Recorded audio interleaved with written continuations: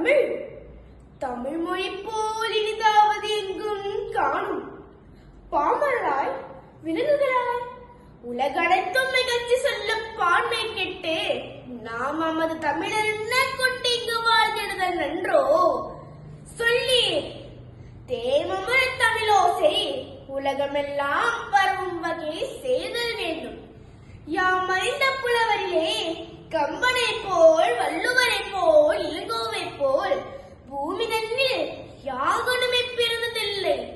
உண்மை வெறும் புகழ்ச்சி இல்லை. ஊமையராய், சிவர்களாய், குருடர்களாய் வாழ்கின்றோம்.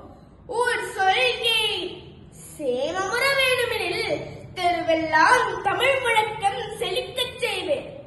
உள்ளத்தில் உண்மையொளி உண்டாயின் வாக்கினிலே ஒளி உண்டாகும்.